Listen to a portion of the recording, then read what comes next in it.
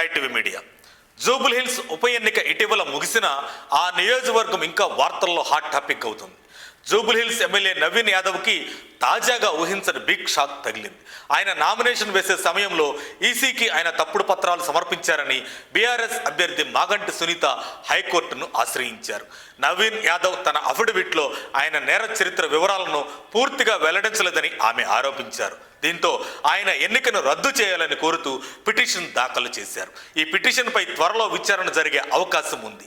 జూబ్లీహిల్స్ ఎన్నికలు ముగిసి ఫలితాలు వెల్లడయ్యాయి. కాంగ్రెస్ పార్టీ తరపున పోటీ చేసిన బీసీ సామాజిక వర్గానికి చెందిన బిడ్డ నవీన్ యాదవ్ విజయం సాధించి జూబ్లీహిల్స్ ఎమ్మెల్యేగా ప్రమాణ స్వీకారం చేశారు.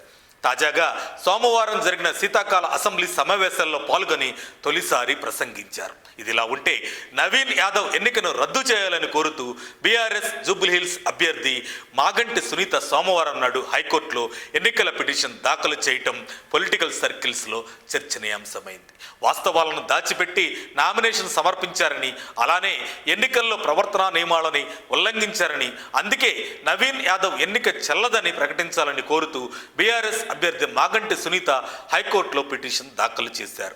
సుప్రీంకోర్టు తీర్పు ప్రకారం నామినేషన్ సందర్భంగా అభ్యర్థి సమర్పించిన అఫిడవిట్లో వారి ఆస్తులు, అప్పులు, నేర చరిత్ర, విద్యార్హతలు తదితర అంశాలను వెల్లడించాల్సి ఉందని సునీత తెలిపారు. అలా వెల్లడించిన పక్షంలో వారి ఎన్నికను రద్దు చేయొచ్చని సుప్రీంకోర్టు తీర్పు స్పష్టంగా ఉందన్నారు. అయితే దీనికి విరుద్ధంగా నవీన్ యాదవ్ తన అఫిడవిట్లో ఆయన నేర చరిత్ర వివరాలను పూర్తి స్థాయిలో వెల్లడించలేదని మాగంటి సునీత ఆరోపించారు.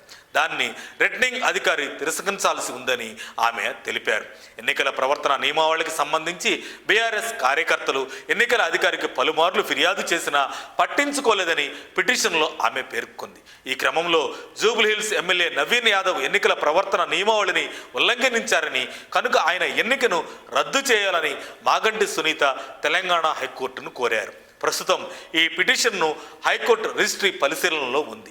ఈ త్వరలోనే దీనిపై విచారణ చేపట్టే అవకాశం ఉన్నట్లు సమాచారం. తొలిసారి ఎమ్మెల్యే హోదాలో సభలో అడుగుపెట్టిన నవీన్ యాదవ్ తన తొలి ప్రసంగంతోనే నియోజకవర్గ సమస్యలను సభ దృష్టికి తీసుకొచ్చి అందరి దృష్టి ఆకర్షించారు. సభలో ప్రసంగిస్తున్న సమయంలో నవీన్ యాదవ్ భావోద్వేగానికి గురయ్యారు. తనపై ఎంతో నమ్మకం ఉంచి తనకు అవకాశం ఇచ్చి ఎమ్మెల్యేగా గెలిపించిన సీఎం రేవంత్ రెడ్డికి ఆయన కృతజ్ఞతలు తెలిపారు. ఇప్పుడు ఊహించని విధంగా ఆయనపై మాగంటి సునీత కక్ష సాధింపుగా ఆరోపణలు చేస్తుందని నవీన్ యాదవ్ అభిమానులు చెబుతున్నారు. మరి ఈ కేసులో హైకోర్టు తీర్పు ఎలా ఉంటుందనే ఉత్కంఠ ఇటు కాంగ్రెస్ అటు బీఆర్ఎస్లోనే కాదు తెలంగాణ రాష్ట్ర వ్యాప్తంగా నెలకొని ఉంది. మరి నవీన్ యాదవ్ ఎమ్మెల్యే పోస్టు ఉంటుందా ఊడుతుందా అనేది కోర్టు తీర్పుతో తేలిపోనున్నట్లు విశ్లేషణలు వినిపిస్తున్నాయి. మరిన్ని అప్డేట్స్ కోసం మా స్కై టీవీని సబ్స్క్రైబ్ చేసుకోండి. మా